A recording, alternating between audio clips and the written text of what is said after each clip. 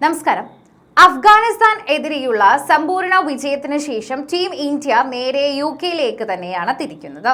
ഒരു മാസത്തോളം നീളുന്ന യുകെ പര്യടനത്തിൽ അയർലൻഡ്, ഇംഗ്ലണ്ട് എന്നിവരുമായി തന്നെ വൈറ്റ് ബോൾ പരമ്പരയിലാണ് ഇന്ത്യ കൊമ്പുകോർക്കുക. അയർലൻഡുമായി 2 T20കളുടെ ഇംഗ്ലണ്ടിനെതിരെ 5 T20യും 3 ഏകദിനങ്ങളുമാണ് ഇന്ത്യയെ കാത്തിരിക്കുന്നത്. ഈ വെള്ളിയാഴ്ച, അതായത് 26-ന് ഐറിഷ് ടീമുമായുള്ള ഇന്ത്യയുടെ ആദ്യ T20 പോരാട്ടം നടക്കും. രണ്ടാം അംഗം 28-നും ഞായറാഴ്ചയുമാണ്. ഇതിനിടെ കൗമാര ബാറ്റിംഗ് സെൻസേഷൻ വൈഭവ് സൂര്യവംശിയുടെ ഇന്ത്യൻ അരങ്ങേറ്റം അയർലൻഡിനെതിരായി ഉണ്ടായേക്കുമെന്നും റിപ്പോർട്ടുകൾ വരുന്നുണ്ട്.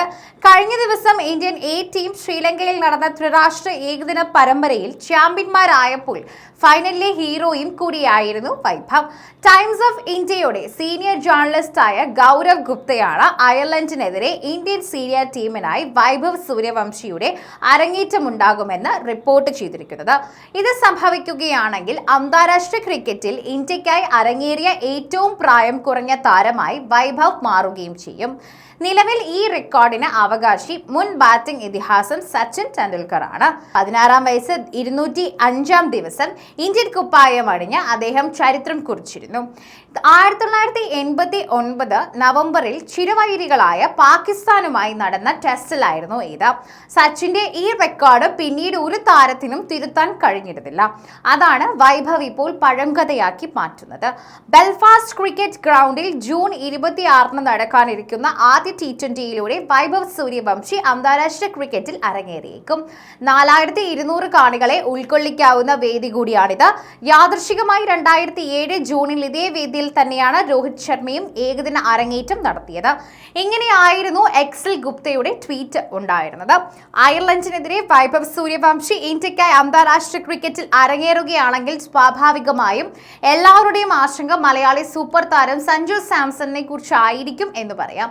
കാരണം നിലവിൽ അഭിഷേക് ശർമ്മയ്ക്കൊപ്പം T20യിൽ ടീമിന്റെ ഫസ്റ്റ് ചോയ്സ് ഓപ്പണറാണ് അദ്ദേഹം.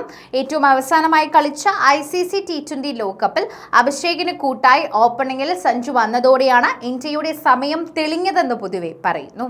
ഫൈനലും സെമിയും അടക്കം അവസാനത്തെ 3 മാച്ചിലെയും ടോപ്പ് സ്കോററും കൂടിയായിരുന്നു മലയാളികളുടെ അഭിമാന താരമായിട്ടുള്ള സഞ്ജു. ലോകകപ്പിലെ പ്ലെയർ ഓഫ് ദി ടൂർണമെന്റായും അതുപോലെ സഞ്ജു തിരഞ്ഞെടുക്കപ്പെടുകയും ചെയ്തിട്ടുണ്ടായിരുന്നു. ഇത്തരത്തിൽ തന്നെ നേട്ടങ്ങളുടെ ഒരു നെറുകയിൽ നിൽക്കവെയാണ് ശരിക്കും പറഞ്ഞു കഴിഞ്ഞാൽ അദ്ദേഹത്തിനെ തേടി അയർലൻഡിൽ അദ്ദേഹത്തിന് ഇന്ത്യ ബെഞ്ചിൽ ഇരുത്തിയേക്കുമെന്ന സംശയങ്ങൾ കൂടി ഉതിർന്നു വരുന്നത്. കാരണം T20യിലെ എക്സ് ഫാക്ടറായ അഭിഷേകിനെ ടീം മാനേജ്മെന്റ് ഒരിക്കലും ഒഴിവാക്കില്ല എന്നും അപ്പോൾ പിന്നെ അടുത്ത ഓപ്ഷൻ സഞ്ജുവിനെ മാറ്റി നിർത്തുകയാണ് മുന്നിലുള്ളത്.